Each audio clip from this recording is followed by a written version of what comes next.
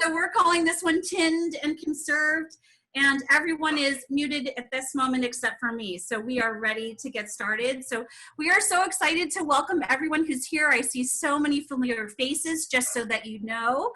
You are streaming live on Facebook, so if you're hiding from someone or you're not supposed to be here, you can turn off your video right now. I know that a lot of us have worked service in dining rooms where we weren't allowed to call certain people by name because we weren't supposed to recognize them. So if you don't want to be recognized, let us know. I also want to let you know that we're starting to put up episodes on YouTube because we've got a lot of requests from people to learn the techniques like egg poaching and matcha syrup making that we've covered in the past few weeks online. So those are all available on my YouTube channel. And I just want to remind everyone that we are here to support all of our friends in restaurants and who have small businesses. I have a small business myself. My name is Belinda Chang, if we haven't met before. My small business amplifies and puts together experiences to support a lot of women, especially in restaurants and wine and spirits, and to make life fun. So I'm pretty excited that I still get to do that now. And I know that a lot of people are still suggesting that we find our dining and drinking and restaurant fun in places like this instead of in very busy bars, even when those very busy bars are open in some parts of the country right now. But I don't feel super comfortable being in those. I want to drink with my friends here. So thank you for helping me do that and making sure that I am not drinking alone, because I will drink anything, but I won't drink by myself. So we have a bingo game if you want to play. There have been lots of winners. This was last week's prize. It was all the conservatives we're going to be talking about this week. So if you go to my Instagram, you can screenshot this bingo card and win lots of great stuff that we'll mail to you wherever you are in the world. Thank you, Vanna/Matthew, for holding up those gifts. So this week, if you win bingo and you fill in all the squares and you post it to Instagram and tag, you will win the gift pack that will help you smoke along with James Beard award-winning cookbook writer Jameson. Yeah, you'll get her cookbook and you'll get all these treats from New Mexico, which is where she lives. So that's kind of a fun prize. I don't know what the value is, but I'm just going to say, because I do work with MasterCard, priceless. It's a priceless prize our bingo game. So Mark, hopefully that took me through all the things that I was supposed to talk about. There it is. That's the pack for next Sunday, Virtual Boozy Smoked Brunch. We're going to be doing smoky cocktails and smoking some things and making a smoky brunch together, which will be a lot of fun.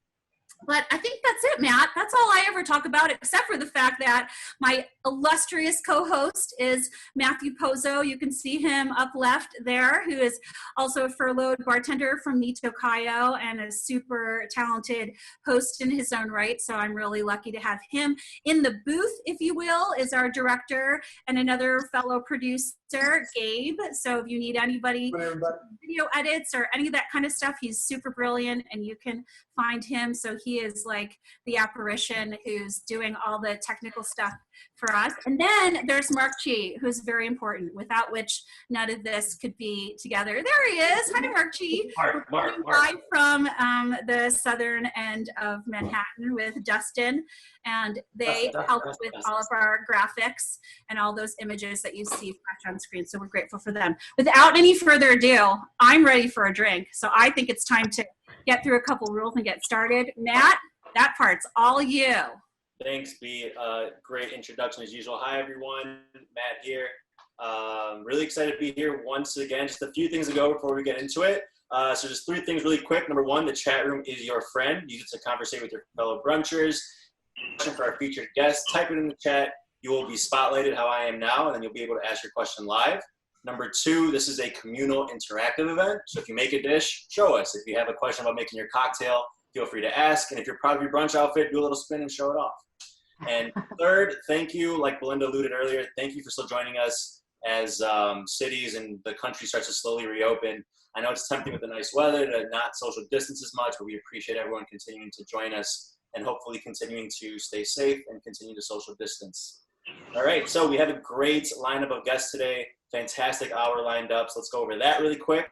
We're going to kick it off with the drinks. So today, joining us from Pilsen, you may have seen behind the bar in the West Loop West Loop Hotspot Blind Barber. It's the beverage director, Joe Briglio. Woohoo! So dope. I've been, since the past week that I met Joe, I've just kind of discovered more and more stuff about him. We kind of have a lot of mutual friends and even mutual tattoo artists, so it's pretty cool. I'm getting to know him a lot better. Today he's going to show us how to make a... Matt, like, is the mutual tattoo artist like as important as the shared manicurist or shared hairstylist? That's like big. Yeah, I think so, yeah. Yeah, Vince is his brother, one of my favorite bartenders. Shout out Lily, she's in here too, one of my other favorite bartenders. Shout out to Stereo, the whole gang over there. Check out their batch cocktails because they're amazing. The Breezy's fantastic. But today, Joe's going to be helping us make showing us how to make a pre-batch martini, as well as the queen of all brunch cocktails, a Bloody Mary. So super, super cool. After that, our next guest, following the booze portion of today, is former chef of True here in Chicago and currently the leader of the American Conservas movement, Andrew Geetson is in the house. Hi, yeah, so today, Andrew is going to take us on a deep dive into the world of conservas. We'll be talking about his import business, Preserved States, the history of conservas, as well as how this pandemic has brought them back into the forefront of conversation revolving around food. So I'm super excited for that. These packages are so dope, and we're really excited to do that. And after that, our third guest of the day, it's not brunch without any food. So for the food portion, we have one of the most talented chefs in Chicago, executive chef and owner of Daisy's located in Logan Square, Chef Joe Frillman is in the house. So Chef Joe, I saw his kids here earlier, super cute. They're screaming bloody murder. Watch the cooking, Joe, and we'll just watch the kids, you know, it'll be. Yeah, it makes it more wholesome, makes it more legit, man. So thank you for including them. Joe's going to show us how to make a razor clam and egg bruschetta, which sounds insane. So we're excited to have him here chopping it up with us this afternoon. And then to close out our featured guests, we have a fourth guest. It's the former dining director of True Restaurant, master sommelier, and current senior vice president of learning and development for Forbes Travel Guide. It's Jeff Wilgepolen. Nice job on the name. That was perfect. We got it. Jeff, we also made you a master sommelier, so that's awesome. I know. I did a little deep dive on you, Jeff. I was asking Belinda, I was like, should I call him Jeff Wiggs? Because I heard her calling you that, but then I was like, I'm going to go for the name. I think probably more people know me as that than Wilgepolen. But cool. So Jeff Wiggs, Jeff Wilgepolen, aka Jeff Wiggs, is going to be here talking to us about his new upcoming complimentary webinar series, The Future of Travel Post-Pandemic, and what his idea of luxury is.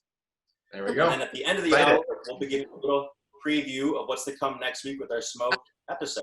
So got a great hour ahead of us, some great guests. I love that apron right now. This is CJ, by the way. Hello. Hi, What's up, CJ? Thank you for joining us. That apron is sick, man. Drop a line in the chat where we can get that. And I think I'm going to kick it back to Belinda. Belinda, let's get it started. Okay, so I'm so excited to do this because we've done a lot of different cocktails and fancy things. When someone takes part of the standard and uses it here. So we've got Joe Briglio, and he's going to take us through his version of Bloody Mary and also his version of a dirty martini, two things that I love to drink all the time. And yes, it's really fun to drink champagne, but I don't know. I probably had more of these two things. I just don't take pictures of myself drinking those. So Joe, if you want to take it away and help us get some drinks into our glasses so we can get started, that would be so great. Tell us all about these drinks, your 9-bar project in Chinatown, and also kind of tell us why you chose to make these batched, because I think that's sort of an interesting thing that you chose to do it that way instead of shaking with us. We want to know it all. Teach us. Of course. First of all, thank you for having me, and thanks for everybody for tuning in. As you mentioned, line barber is my current position and where I apply my trade. Unfortunately, that is closed for the time being. Barbershop will probably open sooner than the bar is the way that we're looking to roll things out. So keep your eyes peeled about the next maybe 1 to 2 weeks on that. We'll see. Obviously, there's a lot of red tape and bureaucracy to go through to get that going. But first and foremost, safety is everybody's main concern. And once we are ready to get back to that, we will. The 9-bar project, which we will get to soon, hopefully in the next week or so. So my girlfriend, her parents have owned and operated Moon Palace Restaurant in Chinatown here in Chicago for about the last 30 years. Over the course of the last 2 years, we have partnered with them on a few events. We did Complex Con last summer. We've done two parties for Lunar New Year's at the restaurant. And now, starting next week, we will introduce 9 Bar Market, which is our virtual conveni. So we'll have sandos, snacks, and some highballs all available for pickup. So that'll keep us busy, and let's not waste any more time and let's get into drinking. So as Matt mentioned, the queen of all brunch cocktails is the Bloody Mary. We're gonna start off and we're gonna make ours with vodka today. Kind of the same way last week that everybody was playing around and sort of riffing on the chimichurri recipe. You can sort of use what you want here and have fun with it. That's the best part about making cocktails at home, is that you're drinking them. So really use what you want, and we're gonna kind of talk a little bit through that and do that. But first thing we want to do is we're gonna want to rim our glass. So I'm just gonna take a little citrus to give our salt something to adhere to, and then I'm gonna take some of our celery salts and get a nice little bit of that on our glass. Next thing I'm gonna do is some ice in there. I'm gonna do the not professional method, since I'm drinking it, of using my hand. And then we're gonna start building. So we're gonna use some of our anchovy olive brine, which Andrew can talk about in a little bit. So I'm gonna use 1/4 ounce of that. Then I'm gonna move on. We're gonna do some vodka now. This glass is a little bigger than I had anticipated. So the menu I gave you is kind of a jumping off point. Feel free to kind of interpret as you will. I'm gonna up this vodka portion to 2 ounces. So Joe, I know you can use pretty much any spirit here, right? I saw somebody make a whiskey Bloody Mary. Have you done Of course. I mean, it's really open to interpretation. I always view cocktails and sort of their builds as like, you need to know your basics and you need to know your structure, but beyond that, and like I said, especially when we're drinking at home, we're the ones consuming. So really, really do whatever you feel is your preferred spirit, you know? So there's a lot of room to interpret and play with. And then I noticed it. So this sucker punch, I haven't had this mix before. This is also local, right? This is local. This is really delicious. And the way that I look at these is like, these are beautiful bases. Especially this one is made, I think mostly organic and like really beautifully. But we're gonna want to like spice them up and sort of doctor them and play with them a little bit and get them more to our taste. So that's where some stuff is gonna come into play. So we got our base down. Let's use a little Worcestershire sauce to kind of bolster and add some backbone. Same thing, we'll use a little soy sauce just to add a little bit more to that. Is that just the taste, Joe, or is there a specific measurement you recommend? That I mean, for this one, this is again my personal taste. I'm using about 1/2 teaspoon, just to add a little bit. Same thing, I'm gonna use a little pinch of black pepper, a little pinch of white pepper, and then I'm gonna spice it up, and we're just gonna go, same thing, we're just gonna go hot sauce to taste. So depending on how spicy you want it or not, I prefer mine a little spicy, so we'll just add that over the top.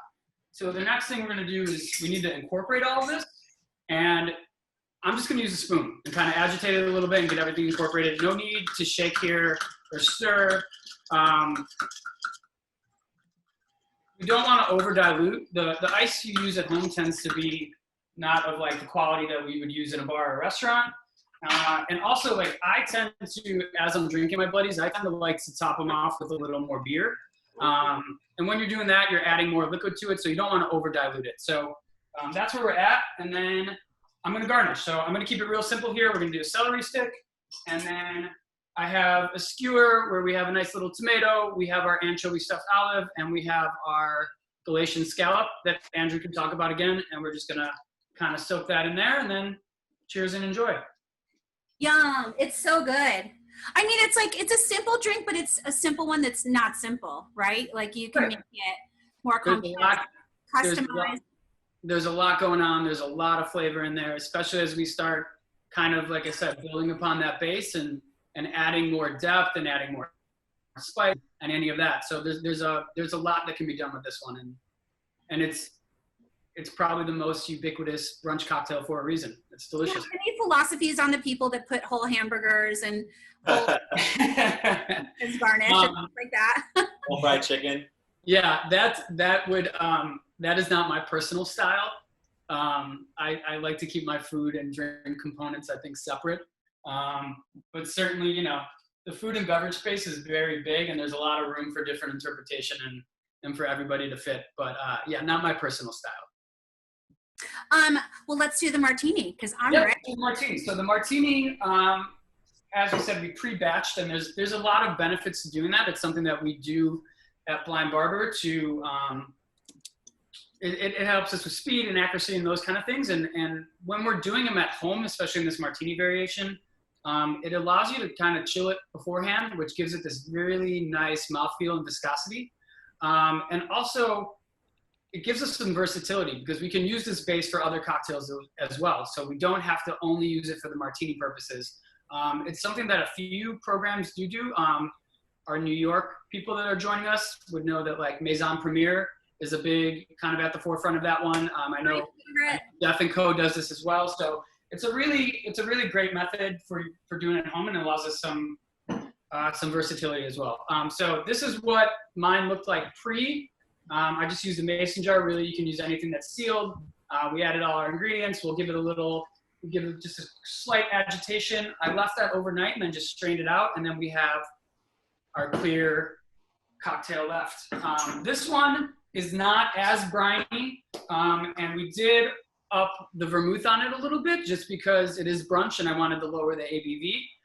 But what we're gonna get is a lot of those really beautiful flavors of our Bloody Mary in our martini form now. So really just kind of mirroring what we just did and drinking it in a different application.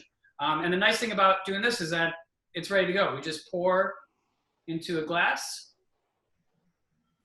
and we're done. We did all of our work beforehand. I'm gonna give it a little expression of lemon over the top to brighten it up a little bit. And then we've got a skewer with our tomato, a little lemon peel again, just so we get a little more of that oil in there, and then our anchovy stuffed olive. And then So how long could this be in the freezer? Like, does anything break down? Could you make this batched dirty martini like days in advance? You could do this days in advance. This will theoretically hold for months, if not longer. There's a lot of sort of discussion around the batching, and if you could do things like even citrus juice in there, which I know, again, our New York people, Amori and Margot, Southern Teague is a big proponent that you can batch citrus and that it'll just, the profile changes and it oxidizes over time, but it won't really go bad. So that's the other great thing about applying this method is that it's shelf stable for a very long time. Right. Great. And like I said, the versatility is there too. Like, especially with this one, like we can lengthen that and build it like a traditional highball with some soda or add some tonic on top, depending on what else you do. Like if you do something more in line of a Negroni, you've got all kind of options there. I know you love to top with bubbles, so you can do like a Negroni Spagliato kind of riff. You can do an Americano riff. So you've got a lot of different options once we've created this and done all the work beforehand. Love it. It's so Our smart. martini looks awesome. Yeah, I see some really good-looking drinks out there in TV world. So I don't know. And then Carlos, Carlos's looks great. That Bloody Mary he made. If anyone made a drink, let's see him really quick. Carlos, do you have the bottle for your local Bloody Mary mix? Yeah, let me get it. I just put it away. 1 second. Because I feel like everybody's got interesting ones from where they are, and not everyone's in Chicago. Yeah. So Carlos is in Long Beach. So if you're in that part of Southern California, this is definitely something. Oh, I've never had that one. Well, it's like hyper local. Like, you know, he literally will just bring a case into like our little beer and wine spot, and like the next day they're all sold out. That's so cute. Yeah. Same idea, all organic, fresh, you know. Thanks for sharing it. I love it. I also love, Joe B, that you used, I mean, I always feel like it's wasteful to not use all this good stuff. Like I even feel bad about tuna oil. So it's really fun that it's being used. That brininess gives it a really nice flavor too with the Bloody Mary. It's a nice balance. Very Joe, good. what's your favorite beer to put on to top it off with? Just curious. I would keep it pretty simple and use any kind of lager. Don't. And again, personal preference, you can add what you please, but I like to keep it kind of simple and refreshing and not really throw off the taste of the drink too much, just kind of enhance it. So something really simple like a lager. Cool. Well, now I'm always going to have to chop tomatoes into my martini. So watch out. Watch out, Gibson's bartenders. And yeah, I mean, you can add, like, this is free to riff, you know, any sort of fruit or vegetable or spice or anything you want to add to that is really open to your interpretation. so clever. Cheers. Cheers, everyone. Yay. Thank you, Joe. That was awesome. Be on the lookout for 9 Bar, by the way. Oh, yes. On I'm so Instagram. excited about that. It's going to be really cool. And Joe, that's going to be in Chinatown, right? Yeah, that's in Chinatown. It's in collaboration. It's Lily and myself Moon in Palace, collaboration with Moon Palace. So Sounds keep really an eye out for us. I know you'll put up the Instagram for us, and we'll be posting everything through there hopefully within the next week. So if you're playing along with bingo, you've got 4 of those 9 squares already checked off, and you're close to getting a smoker, a stovetop apartment smoker, and also a copy of Cheryl Jameson's new book. But we're going to now move over to our next guest, Andrew G. I'm just going to circumvent even having to say your last name properly. It's like when I have a wine bottle and I don't know how to say the name of the chateau, I just say, like, from my favorite chateau and point. So Andrew, you've got this really cool business, and so excited to talk to you about all of that. Matt, do you want to get Andrew all started here? Yeah, Andrew Geeton, a.k.a. Andrew G, a.k.a. the American Conservas God. Welcome, dude. How's it going? I'm good. How are you? Thanks for having us. So, absolutely. Thank you for joining. I know the Conservas movement is such a cool way of preserving food, and so I just want to talk to you a little bit about that. I know that you worked as a chef throughout the years in Chicago, including at places like the Bristol, Avenues, True, and that you also worked in the management side of things, the Frontera Food and the Folk Art Restaurant Management Group. But with this pandemic going on, it seems like conservas is the perfect type of food to thrive during this time, simply because it could be preserved for such a long time. Can you just tell us about the history of conservas a little bit, and then also tell us why you made the transition from being a chef into an independent business owner, specifically importing conservas? Yeah, well, they started as a way to, it was a way to pack seafood to travel. So half of the fun for me was when we would go overseas to Asia or Europe or wherever you see canned seafood. And it went from being a very utilitarian way to preserve fish when you couldn't have it maybe months down the line, to a way to preserve something at the peak of its quality that, you know, you wouldn't necessarily see if you're a little more landlocked, say like Chicago, where we don't have razor clams readily available to us in 24 hours. Absolutely.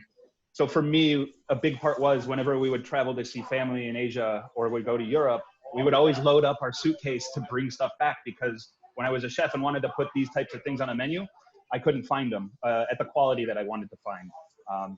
So we would squirrel it back through customs, and it kind of dawned on me, why not import it and sell to restaurants instead of just sneaking them in myself? So about 3 years ago, I stepped out of the restaurant side to start importing, and we've been kind of learning as we go. It's a great way to spoil yourself when you can't get to a restaurant but have a really high quality product, and not really blow out the bank.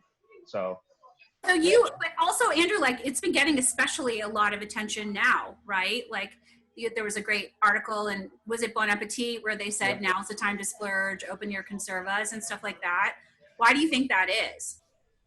I mean, I approach it kind of the way that my wife taught me about champagne, is like, it's meant to be drank. The people who make it want you to drink it. They don't want it to just hide. So, you know, especially in times like this where we're not able to get out as readily, you want to be able to enjoy something, but not have any guilt or be like pining for what you've lost. So it's creating kind of the new thing to look forward to on a week.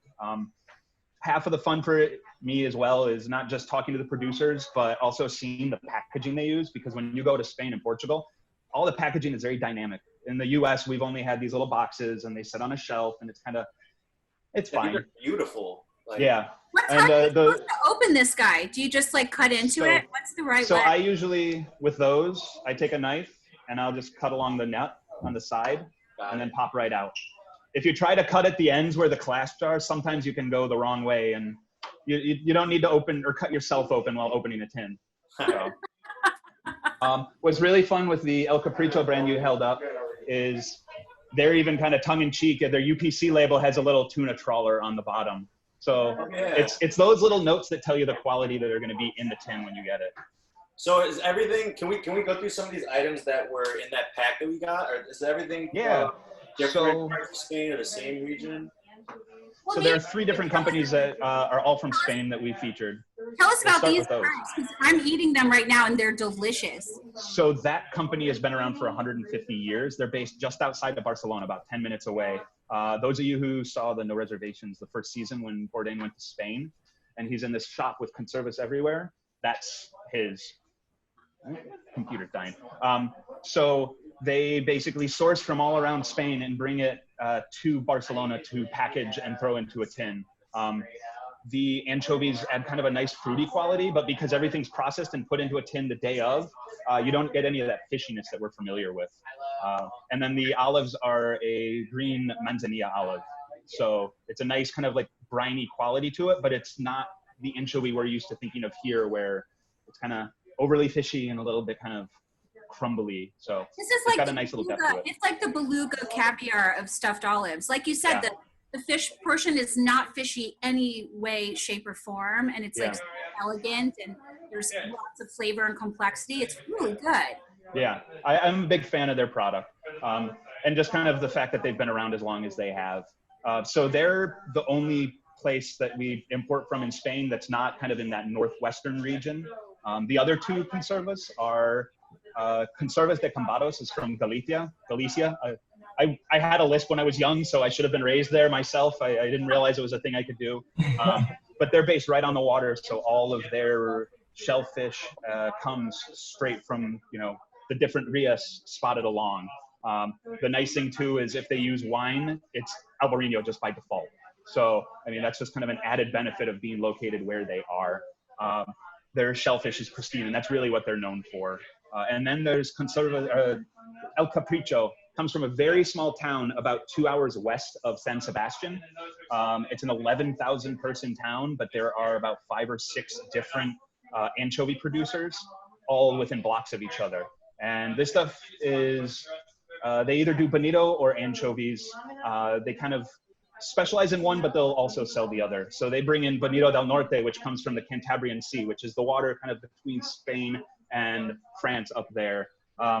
It's a beautiful little peninsula that sticks out in the ocean, and just a small town that has amazing seafood and tiny producers who, you know, we try to give a showcase to. So Andrew, I would say that Joseph Hernandez, who's spotlighted right now, he's in New York, is like one of the first friends of mine who is really obsessed with conservas. Joseph, did you have any insights to share about like which ones you like, or any questions for Andrew about conserva life? No, other than, are there any producers that you want to that you would like to spotlight generally, other than these guys? Because these are pretty great, but I'm a big fan of Portuguese conservas, so I would love to know more about them.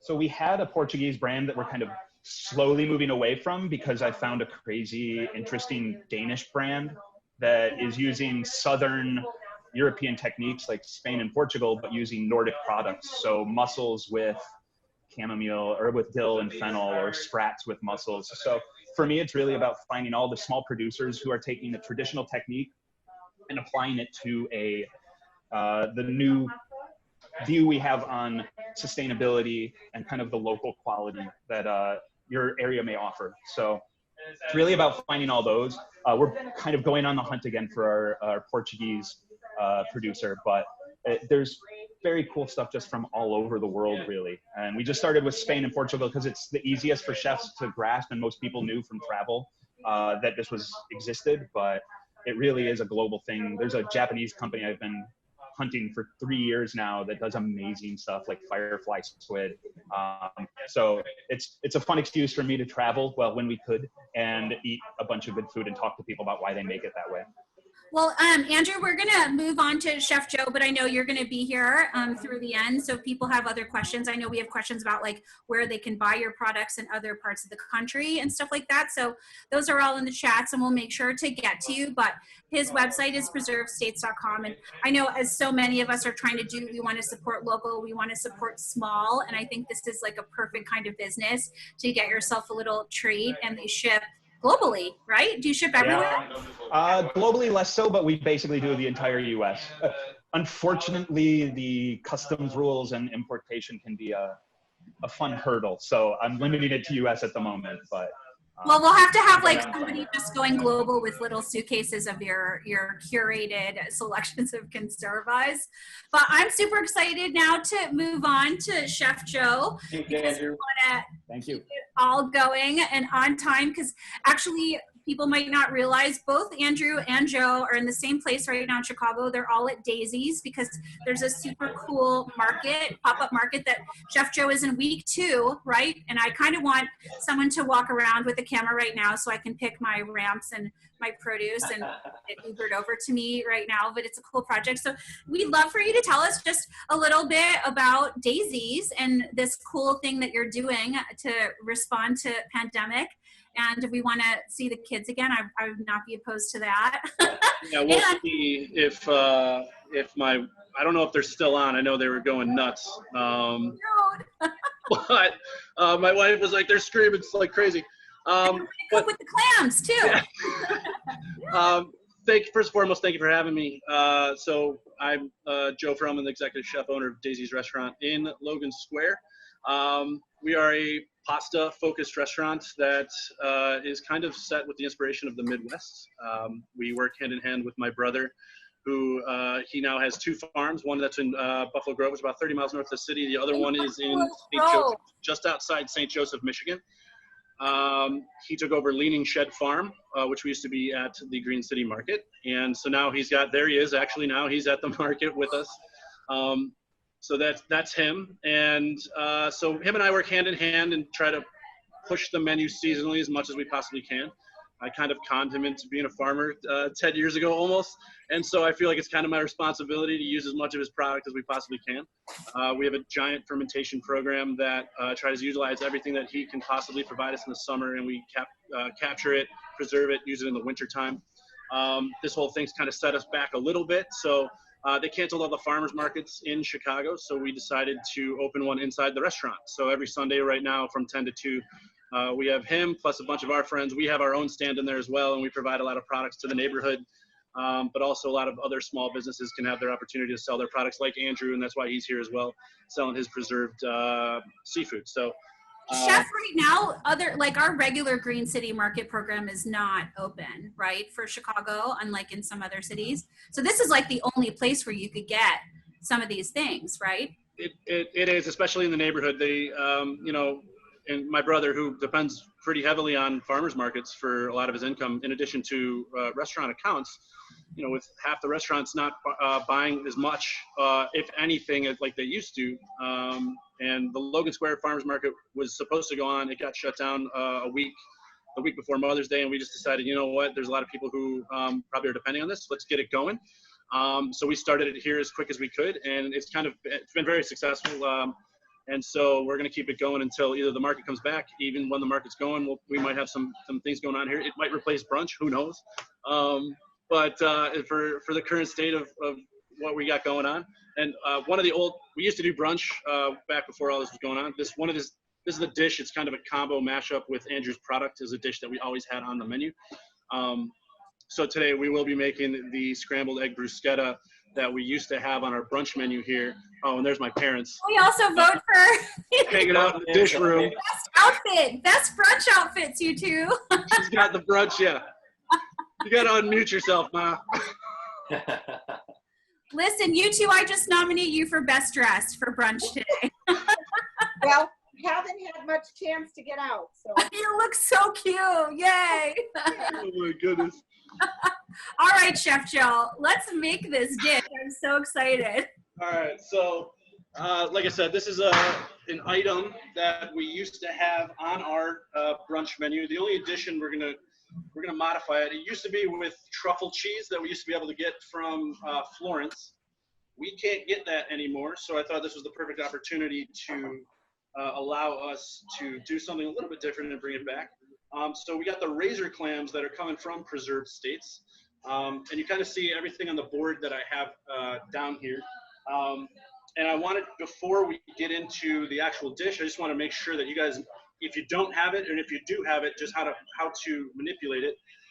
These guys are ramps They are the locally, did I just freeze? There we go. These are locally foraged. The season's really, really short on them. They kind of are a cross between like a garlic and a pretty heavy allium flavor to them. So if you do have them, you can use the entire thing. And so people are like obsessed with these ramps, right? Like it's a huge thing every year. It's a cult. It's got like a cult following. They only grow wild, so it's one of these things where they're only available for a very short time. But you saw, I'm just slicing up the bulb here. And then you'll take the greens as well, and you can use those greens the same way.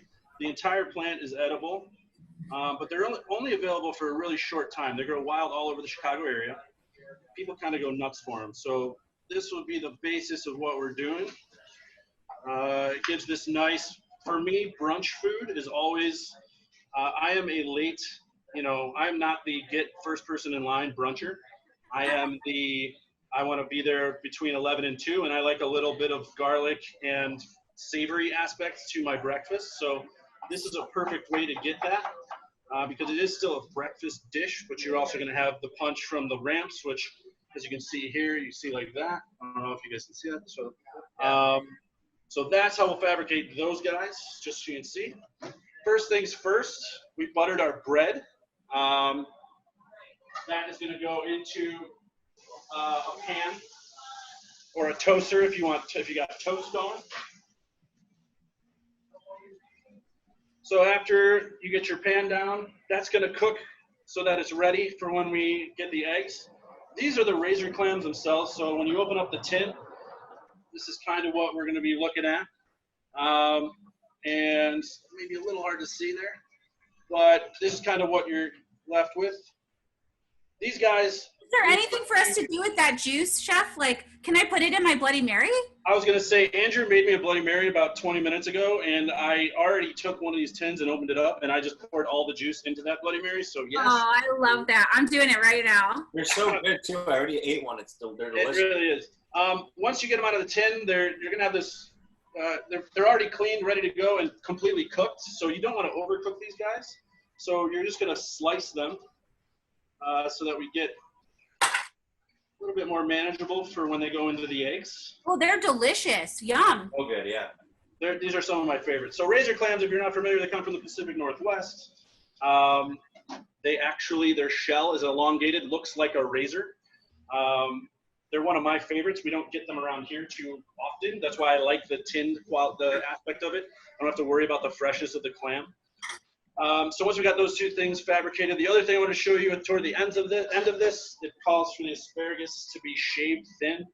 And so you're going to see, if you are cooking along, you can go ahead and start doing this stuff ahead of time. But we want these ribbons of asparagus, if you can see that, where you're basically taking one of these tools, which is a mandolin, and you're going to slice thinly to make sure that you have nice thin shavings from the asparagus, right? Everything else. People that were scared to use mandolins, how do you feel about veg peeler as an alternate? Absolutely, totally acceptable. It actually gives a very similar cut, especially for this. And we want to serve this raw, so we're not going to cook it. So the thinner, the better. The peeler works really well for that, right? Perfect. So with our toast going back here, we're going to build this really quickly. And there's scrambled eggs. The thing about scrambled eggs is everything should be ready to go, because if you're messing around and prepping anything while cooking your eggs, you're going to be in a position where your eggs are going to overcook. These are going to be naturally a little bit softer eggs. I like our eggs a little softer. If you don't like them soft, you can cook them a little bit harder. So it's the 3 eggs. Wait, what's your pan temperature for scrambled eggs? So I like to start where the butter's just going to start to melt. And I've had this pan back here. It's going for a little while. Once the butter, it shouldn't be ripping hot where you're going to get a lot of smoke off of it. Use a little. Because there are like so many philosophies on scrambled eggs, right? Like add some water, add some dairy, don't, like stir them while you're doing them, hot pan, cool pan. It's so confusing. It is, and there's no really right or wrong. It's kind of whatever works for you. So if you've got a method that really works really well for you, go ahead with it. We just do straight eggs. I don't add any, I'm not going to add anything in the beginning. And that's where the mascarpone is going to come into play. Wait, are you stirring it in the pan? No. What's that? You're stirring them in the pan or in a bowl? I'm in a bowl right now. Okay. So once they're in the bowl, we're going to start that butter. Once that butter's melted, those ramps are going to go in there. Oh, Megan had a question about appropriate veg. Megan, do you want to ask the chef your question? Yeah, I think watching the chat, I feel like there's probably a handful of us who weren't able to get our hands on any ramps. What are some good alternatives that would taste nice in this dish? Yeah, absolutely. Garlic, first and foremost. Okay. Right now is green garlic season. That would be an absolutely fantastic alternative to it. Just regular garlic is fine. Shallot is great as well. Anything that has that like allium, oniony type flavor, you can absolutely use in place of the ramp. It is towards the end of the season. This is actually the last ramps that we were able to get. So any of those are great alternatives for it. So in the pan here, we've got the ramps that are just sweating in the butter. I added a little bit of salt to them because you want to season your product as much as you can. Going through. You can see the toast is toasting nicely as we're making the eggs, right? And so once we get let's go here. There we go. Once we get our ramps to the point where they're just starting to cook, we're going to add the eggs. So really important for us. I'm a fiend about making sure the texture of the eggs are not overcooked. It's really important to constantly stir. And if you see we're stirring with one, I'm going to add a little bit of salt first and foremost. But as we stir, you're shaking the pan at the same time and constantly scraping down. And if you have to take it off the heat for a second, it's controlling the temperature and the cooking of the eggs. And I'm looking for a soft curd. So once I get to this point, you see it's definitely So you're like really stirring, like stirring, not just stirring nonstop. So once you see it's still a little too liquid, that's when I'm going to add my mascarpone cheese. The mascarpone is kind of like an Italian cream cheese. And it's going to help to slow the cooking down a little bit, but it's going to cream it out. And that's the dairy element outside of the massive amount of butter I just put in this. You told me it was okay to use creme fraiche because my Instacart shopper didn't figure out what mascarpone was. Yeah, so absolutely. If you don't have mascarpone, you can use creme fraiche. You can use ricotta cheese. You can use cream. You can use anything that has that dairy element. More butter is not going to taste bad. And it's not going to hurt you. And Chef Joe, how much mascarpone do you recommend? Say it again. How much mascarpone do you recommend adding, or any type of? Oh man, if it depends on who's eating it. If it's me, as much as I could get in there, but I think the same. a healthy tablespoon's definitely going to be enough to get what you're looking to get. So you see, even off that, it's all about temperature control. You can turn it off, you can turn it on. And even right here, it's just sitting in the pan. But I'm going to check our toast. So it's almost there. Speed it up. Hello. Tell her to. No wonder all the restaurant eggs are so delicious because you guys are like adding other stuff, but I love it. Nonstop. So we get our toast. Your toast is down here. Just at the last second, before our curd is too set, we're going to add those chopped razor clams. They're so good. Just tasting it. You have that seafood and egg combo, that brunch that I personally love so much. Right, like lobster Benedict and smoked salmon Benedict and all that good stuff. So as you see, we're constantly moving. I never stirred the egg so much. What a good trick. So as we get close here, like I said, if you like your eggs a little bit firmer, You can take them farther than where we're going to take them, but personally, we like a little bit softer scramble to them. You see that curd starting to set?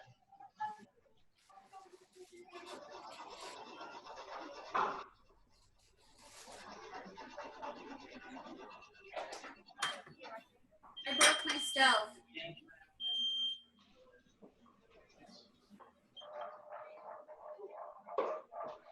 Chef, do some people, I've seen on like cooking videos that they stir the scrambled eggs with a whisk. Is that like too much? You choose. For me personally, I don't want to use anything in my nonstick pan that is not rubber or wood. Anything like a whisk is going to beat my pan up. Right. So I personally prefer the rubber spatula method. And you see where we're at here right now. They're still wet, but they've built up nice, and the curd's nice. Wow. So we're going to put that down here. I'm going to cut my toast into 4 pieces because if I was going to share with other people here. I'm not sharing. Nope. I'm not sharing either. Nope. It smells too good. Yum. So then you got your eggs, and you're just going to spoon the eggs and the clam and the ramp kind of over the top. Sorry.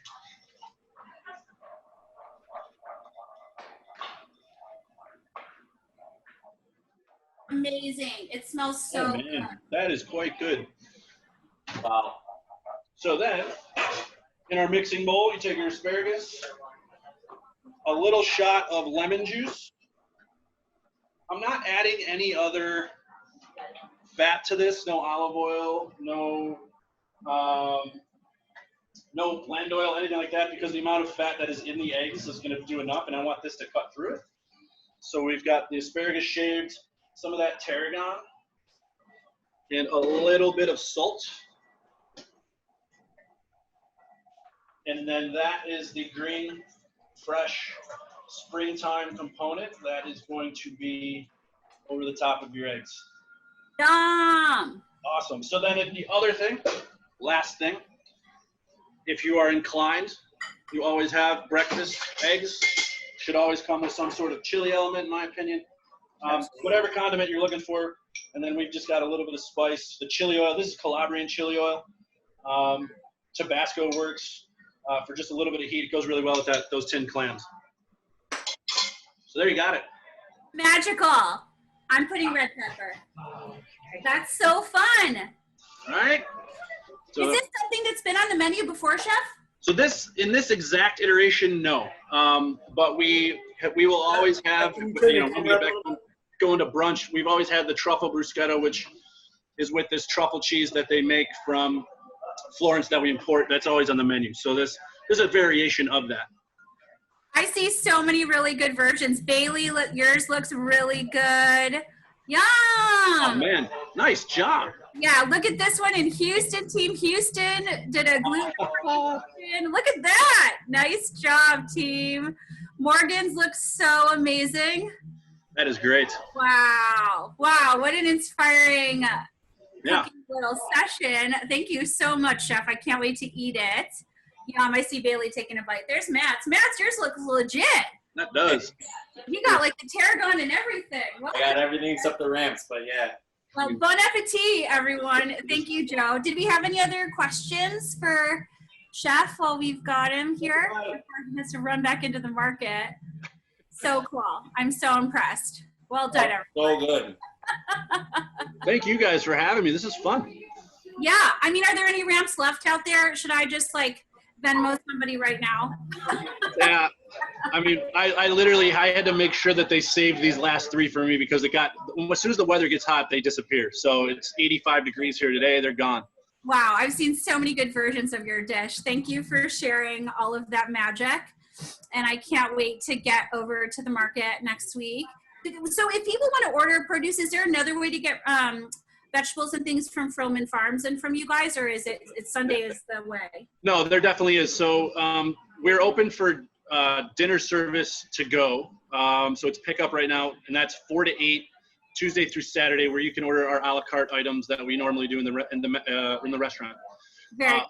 during the week from noon until 8 o'clock every day, Tuesday through Saturday, we have a virtual market that you can go through our website and you can purchase a lot of the produce that we get from Frillman Farms, but also a lot of our other friends as well and a lot of their products. Wait, is that kale? What is that? That's colored kale, right? That looks That's Swiss chard. That's rainbow Swiss chard. Runner, sorry. Yeah. And did I say rhubarb? Is there rhubarb too? There is rhubarb. So we were just getting into that. And through that website, you can order through the market to pick up stuff from us. And then if you go, my brother through FrillmanFarms.com, I believe, he has produce kits that every Wednesday he has different places where you can place orders and he'll fulfill your orders and you can pick them up from the restaurant in different locations throughout the city. So one of those situations where we have kind of had to become multifaceted. And then Sundays is the actual live market where you can pick up his produce as well. So, but that's also other purveyors throughout the city. We've got Public and Quality Bread here, Pilot Project Brewing. We sell our product. Our fresh pasta goes on our website as well. So there's multiple different ways that you can get linked into that stuff. You got to see the other camera that's taking you through the space as we speak here. Everything we try to do, it's limited, 10 people in the store at one time so that we're social distancing and making sure everyone's safe. But it's been a lot of fun. So cool. Well, thank you. Everybody knows to find you now, and I see a lot of people chowing down, so that makes me really happy. Yeah, that's fabulous. Bon appetit, everyone. So we have one more guest, a super special guest that Matt is going to tell us about, who's been joining us the entire episode from Houston. Matt, I'll let you take it away. Absolutely. So we're going to get on with it with Jeff Wilgapolen, a.k.a. Jeff Wiggs. He told me I pronounced his last name correctly, so I'm super proud of that. Yeah, so Jeff, let's spotlight him really quick, and we can get it rolling. All right, cool. What's up, Jeff? How's it going? Hello. I felt like that was a great and delicious toast, but I felt like I was an episode of Chopped. I was like so nervous I wasn't going to finish it. I was scrambling too, but that combination of the mascarpone and egg. I have to say, this is like the bravest group of people because everybody's not only, social distancing and like cooking, but they're cooking on camera, even though they're not professionals who do that, which I think is really fun. Yeah, so a few things. First of all, CJ's apron has been super popular in the chat, so shout out to CJ and his apron. Shout out your kitchen as well. There you go. Hey, what's up, CJ? Got the Texas theme going all over. We even got like our Texas wine glass. Yay! Cool. So, Jeff, a few things you're interested in. I know that you've been a veteran of the hospitality industry, and now you are in charge of the Forbes Travel Guide star rating standards. And so I wanted to know, in your opinion, what does the future of travel look like post-pandemic, as well as what is your idea of luxury, and how can us as hotel guests or restaurant goers, what should we be looking for when it comes to luxury and first-class service? So I guess just a bit of background on me. So what I do is I started my career at Forbes Travel Guide / Mobile Travel Guide as an evaluator. So if you ever wanted to know what a secret shopper looks like, here's a good example of one. Have done that. I've been with the company for about 15 years, and now I oversee our global learning and development division. So I work with hotels and restaurants and spas to help them get better, improve their service, understand that like luxury mindset. But, I think that sometimes when people think of like a 5-star hotel, they think of it in terms of its facility. Whereas from our standpoint, that's only about 0.25% of your score. Like 75% is about service and the people and the hospitality that you get. So it's not so much just a building, but filling it with people who really care about a guest. Jeff, are you allowed to talk about it? Because I've been on an evaluation thing with you. You know what I mean? Where, he's got memorized hundreds of questions that you're answering yes or no to, and then you like run back to the hotel room or wherever after you've been through the experience, and it's like, here are all the answers. This was a yes, this was a no. I mean, I think that's so fascinating, and people don't know that that's how these things happen, right? Yeah, it sounds like a really glamorous job, but in reality, it's like, yes, you can go to a spa and get a couple of treatments, but now you have 4 or 5 hours of typing where you get carpal tunnel, and the whole point of going to the spa is now shot. But it's not like waving your magic wand. We take it really seriously because it's obviously it's someone's rating, so you have to take it just as seriously as what you're asking for. But from the very small segment of the luxury hotel and restaurant and spa world, but maybe this is blind optimism, but I do feel like it's going to be among the first to bounce back. You know, that from a hotel perspective, if you're going to go to, you know, a luxury hotel, you're going it because of it's the destination. And I think we're so starved for contact now that the ability to get taken care of is what we are all hungry for. So you're starting to actually see like a little bounce back in some areas in states that have been open. So that's good to hear. It's encouraging. Yeah, that's great. As far as like you mentioned that service is what really pushes luxury and that pushes people's rankings and standards higher. What's just maybe like one or two examples of like going that extra mile that someone could do that you can recognize and be like, okay, this is a luxurious place that I want to come back to? You know, we talk about how like luxury is the ability to not have to think. And like that's probably the greatest luxury, that you could just like show up and enjoy. The moment you have to raise your hand, the moment you have to prompt for things, it's just like chip away at that idea. And so when we work with teams, we'll talk about, here's an example of, you know, like what's an easier test to take when we're in school, fill in the blank or a multiple choice. And obviously it's a multiple choice, but why? It's like, because the answer's there. So, you know, I think we've all been in a situation where you order a sandwich and your server looks at you and says, and that comes with your choice of side, what would you like? Or you order a gin and tonic and someone says, well, what kind of gin would you like? And then the response back is, well, what kind of gin do you have? What are the sides? Really like, people don't think about that. Like, I think, you know, a lot of bartenders out there could up their game by thinking about what you just said. Do you know what I mean? Not just asking a question to ask it, but asking it while providing a service, right? Yeah, for sure. I think that's where the proactive part comes in, and even the upsell, right? If you just say, well, what kind of gin, you're allowing your guests to just sort of figure it out, versus if you were to say, we've got like all the traditional selections of Bombay and Tanqueray and Hendrix, but we also have this, you know, this really great gin called Monkey 47 that we're really proud of, blah, blah, blah. Like, yeah, your guest is probably going to order it and maybe pay a couple bucks extra and actually have an experience versus it just being a gin and tonic. So it's kind of like thinking like how you just are more proactive than reactive.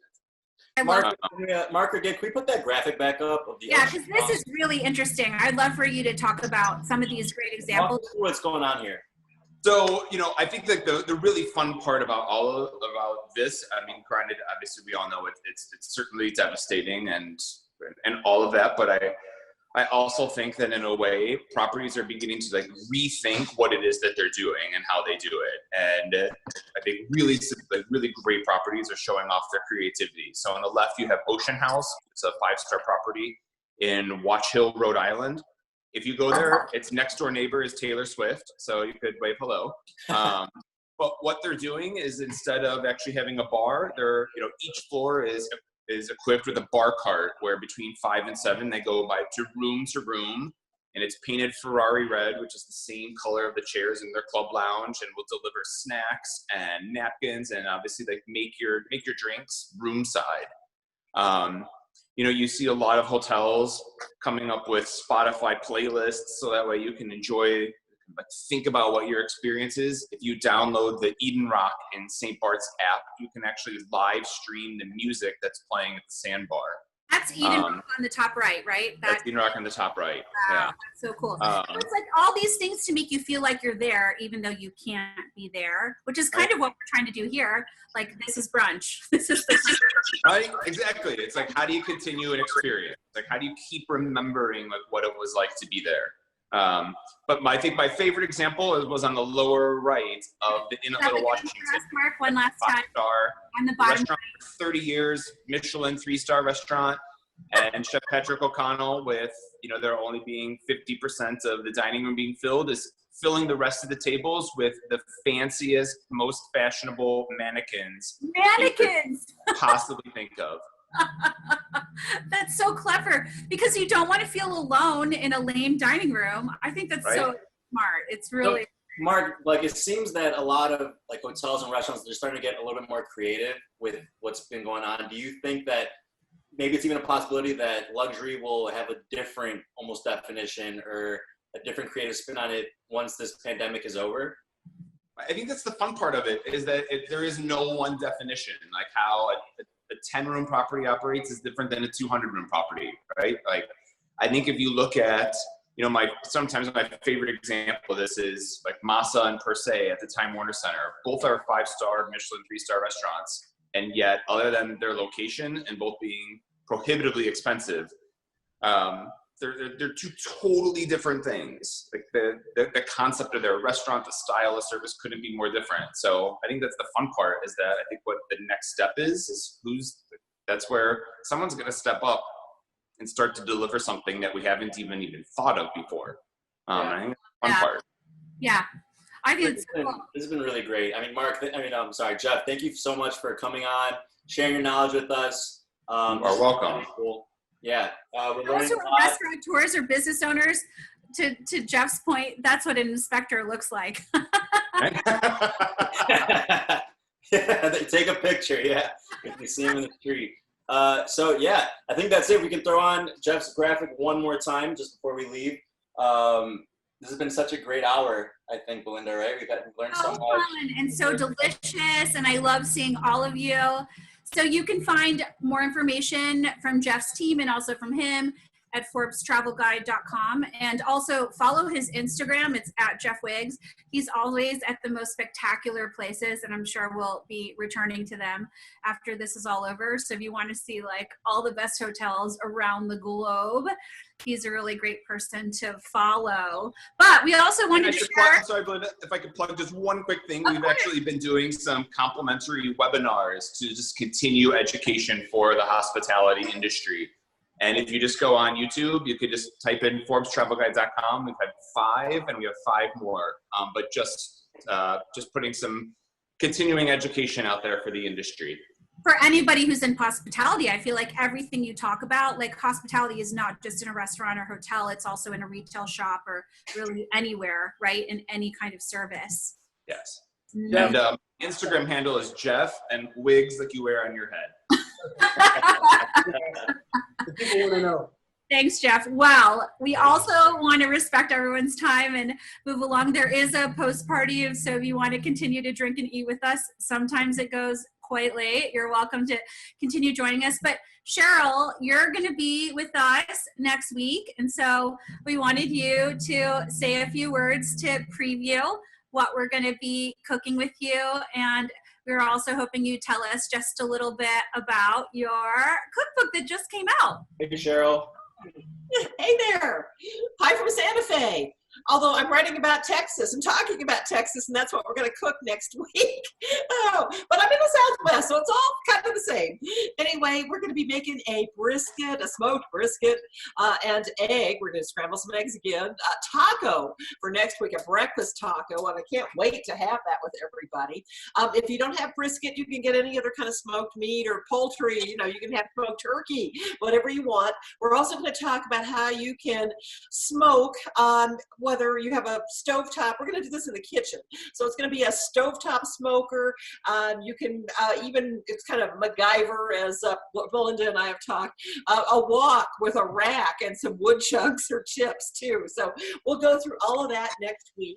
And if you want to get the book ahead of time, or the whole little barbecue kit that we're offering, you can get that through my friends at Santa Fe School of Cooking.com. So they're prepared. Wait, Cheryl, it's going to be. And then you'll get a personalized book. Okay, see you next week. It's going to be so much fun. And for those who don't know, I mean, Cheryl is a big part of, like, decades ago, the leading edge movement to bring Americans back to barbecue. And she's like a world-class expert on the subject, and also on New Mexico cuisine, and also on travel and a lot of things. So our featured bartender, so he's many other things, next week is Jason Hoffel. And you want to tell us what's going to happen next week as far as what we're drinking? Yeah, so I find that whiskey goes really well with smoked meats or grilled meats. Belinda and I used to go to the barbecue block pottery in New York. Remember those? Yeah, with the pappy tents. So we're going to do a rye-based cocktail called Vucare. It's one of my favorite drinks. If you're in the family of a Sazerac or an old-fashioned drinker, it's in that same lineage. So it's cool to show off someone who loves a Manhattan or old-fashioned. So, but something different. And it's, yeah. It's going to be so much fun. So next week, the theme is smoke. So even if you're inside in a little studio apartment with no terrace, you can still do all the things with us. We're going to get smoky. You might just want to disable your fire alarm. What an amazing hour. We want to thank our two Joes, one Andrew and one Jeff, for making a super fun hour and delicious as well and informative. I learned so much from all of you guys, and we're all supporting all of you. There are a lot of ways to support them. We put up Venmo information, we put up website information that was in the registration link. It's here, and we'll also send you another email if you want to Venmo Joe and thank you for his great bartending today, or support any of these guys. All that stuff will come to you in an email probably tomorrow, sometimes Tuesday. Second week in a row, it's been an all boys club, Belinda. Next week, Cheryl will break that. For me, but I kind of love it. Super fun. But we love all of you. Thank you for sheltering in place this Sunday afternoon and continuing to do all the good things for our country and also for ourselves and for our friends to protect them. As we said, this is next week's prize. So if you finish your bingo card and you want to put it up on Instagram, I'm going to send all that fun stuff to you if you're the first one to do it. I haven't checked my Instagram yet, so I don't know who won, but we will let you know. And that's it for us this Sunday for Brunch. We love all of you, and we'll see you next week. If not, everybody. The after party's going down. If anyone wants to hang out for a little bit. We're taking shots. I'm kidding. Yeah, taking shots. I'm pouring more vodka. Cheers, everybody. Bye, everyone. See you next week. Thank you.